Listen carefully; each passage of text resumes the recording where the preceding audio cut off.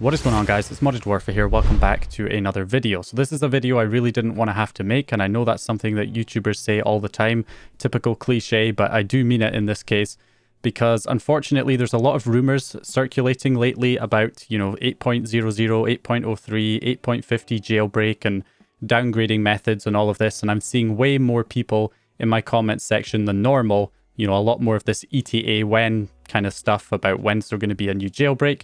There's been way more in my comment section than usual, so I thought I had to address that here in this video. So to begin with, one of the most disappointing things I see every single time a new update comes out from Sony for the PlayStation 4 is that there's always somebody in my comment section, literally the same day that the update is released, asking for a jailbreak for that firmware version. And I'm just thinking, why the hell did you update to 8.50 the day it came out? If you want a jailbreak, you have to keep your PS4 on as low a firmware as possible. The higher the firmware, every time Sony releases a new update, you're just making the console more difficult to jailbreak every time you install a new update.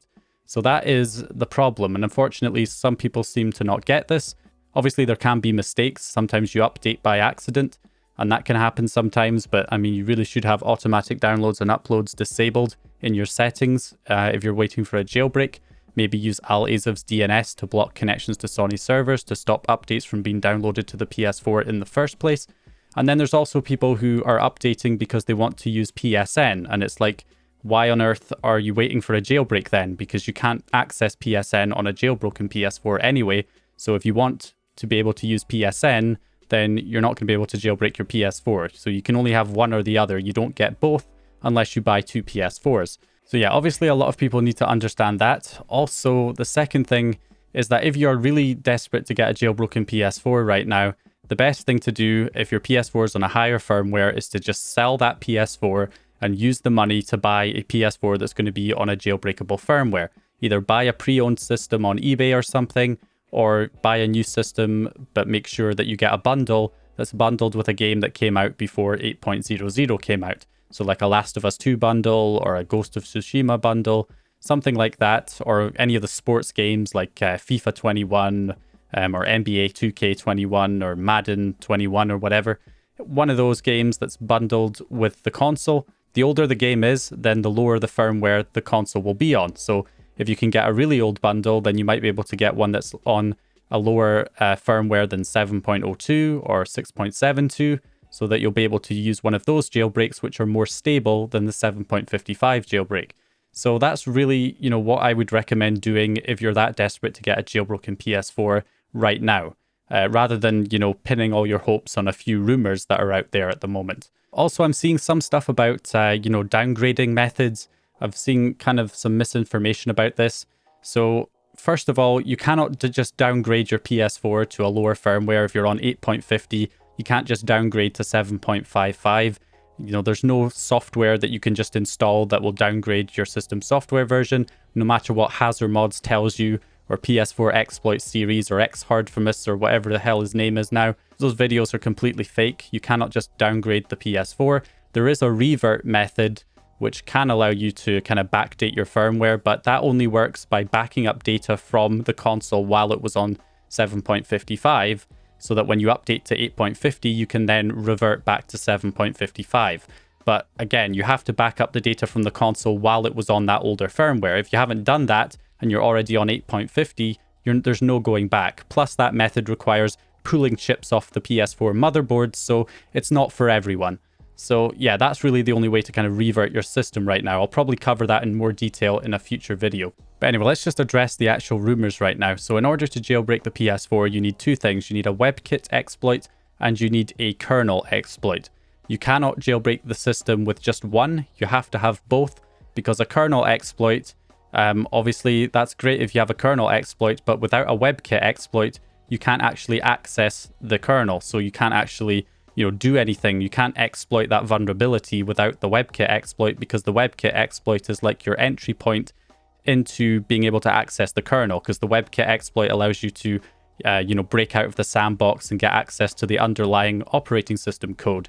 Whereas if you just have the WebKit exploit and no vulnerability in the kernel, then yeah, you can get access, you can break out of the sandbox, you can get access to those underlying operating system code, but you're not actually going to be able to exploit any vulnerability if there isn't one, and then you're not going to be able to get a jailbreak. You're not going to be able to go any further. So we have to have both. So generally, WebKit exploits come out a lot more frequently than kernel exploits for the PS4, because the PS4 uses Apple's WebKit, which is also used in many other different systems, like iOS devices and macOS, and lots of other systems use WebKit because it's like it's kind of like an open source or licensed under a general public license so that other companies can use it. But it was created by Apple, so it's used in all of these other different devices, which essentially means that there's more attention on that WebKit. So there's going to be more people trying to exploit the WebKit, not just people who are wanting to exploit the PlayStation 4, but also people wanting to exploit, iOS devices, macOS devices, and other devices that also run WebKit. So that's normally not as big of a deal. There probably will be another WebKit exploit at some point if one doesn't already exist. So that's not too much of an issue. The biggest issue is the kernel exploit. And there's kind of two rumors that people are kind of clutching onto and hoping that it's going to develop into an actual jailbreak at some point. So one of them is something that I believe Spectre said in one of his live streams when he was working on, I think, the 7.55 jailbreak. So it's more something I believe that he just said kind of in passing during his live stream, like, maybe if I worked more on this, it might be able to exploit higher firmwares or something. You never know. But, I wouldn't really pin all my hopes on that. It's more something he just said in passing as something he might look into, but doesn't really, there's nothing concrete at this point. It's not like he said, this will definitely work and, I have an exploit and, I'm just biding my time until I release it. It's nothing like that. So, yeah, I wouldn't really pin all your hopes on that. So the other piece of information that's a bit more substantial, I guess you could say, but not really, is the HackerOne report. So there was a new HackerOne report made by Nullpointer. I'm just going to call him Nullpointer. I don't know if the Z is meant to be silent, but it's easier to say. So Nullpointer basically went ahead and reported a bug to Sony, and he received a $10,000 bounty for it. And this was just over the past few days. And the reason why this is interesting and a lot of people are jumping on this is because he was paid the exact same amount that the Flow was paid for his two vulnerabilities. And the two vulnerabilities that the Flow reported were both, full-on jailbreaks essentially for the PS4. So that is, kind of interesting. I swear it also showed the severity of the bug, which was high, but perhaps I'm just tripping on that one. Maybe that's not actually true because right now it doesn't show anything. It just shows the bounty reward. So yeah, obviously the reason why this is interesting is because the only other time that exactly $10,000 was awarded by PlayStation as a bounty was for the two kernel exploits from the Flow. No other time have they rewarded that exact amount. All these other ones, even there's been more critical bugs reported that were never disclosed that were worth more, like $13,000, $15,000, $40,000, but never exactly $10,000 apart from the two kernel exploits from the Flow. So I can see why a lot of people are definitely excited about this. But there is one problem with this. But apparently Alizev has already contacted Nullpointer and asked him, what this was, and he's been relayed by Nullpointer that it's not what you think it is. It's not a kernel exploit, and he's not requesting disclosure, or it's just not going to be disclosed, whatever it is. So that's pretty much the end of that. I have no reason to doubt what Alizev is saying. Obviously, let's just hypothetically say that it was a kernel exploit, even though that Nullpointer and Alizev are saying it's not. Let's just say hypothetically it is, and Nullpointer has actually requested disclosure. Even in that scenario, we still wouldn't see the actual exploit for another 3 to 6 months, because if you look back at the original exploit for 6.72 and 7.02 that the Flow reported to Sony, so as you can see, he reported this back in March of 2020, and it wasn't disclosed until July 6, 2020, so 3 months later, basically.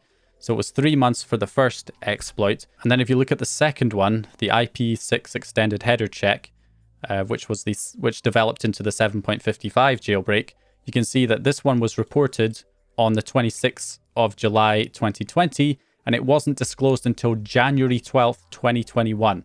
So, we're talking almost 6 months later. So obviously, Sony does not want to disclose these too early, because obviously they want to make sure that everybody updates to the latest firmware so that everything is patched, so that by the time it does get disclosed, it doesn't cause us much damage because most people are already updated to the patched firmware and are not going to be able to take advantage of the bug.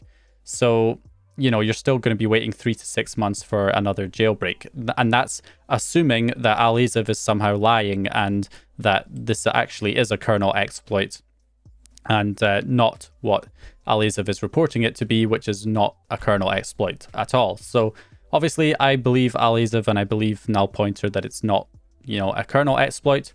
So that is pretty much that. So yeah, I mean, that's pretty much it in terms of the rumors. Again, I would highly recommend, if you're really desperate to get a jailbroken PS4, stop clutching onto these rumors and just sell the PS4 you have and buy one that's on a lower firmware, and then you'll get access to the jailbreak a lot sooner.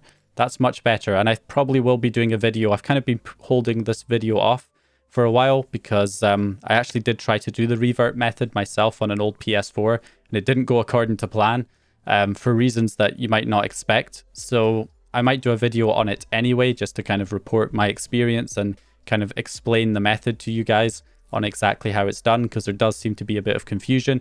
But just bear in mind, there's no software tools that can just automatically downgrade your firmware. All of that stuff is fake. The only way to revert your PS4 system software is to use the sysglitch method, and you know, you have to back up data from different chips on the motherboard, and you can only do that while it's on a lower firmware, so that when you update, you'll then be able to revert because you have that data backed up. If you've already updated to 8.50, there's no way of going back if you haven't already backed up the data when it was on the older firmware. So yeah, anyway, so that's it for this video. Hope you guys enjoyed it or found the information useful. If you did, please leave a like and subscribe, and I'll hopefully see you guys in the next one.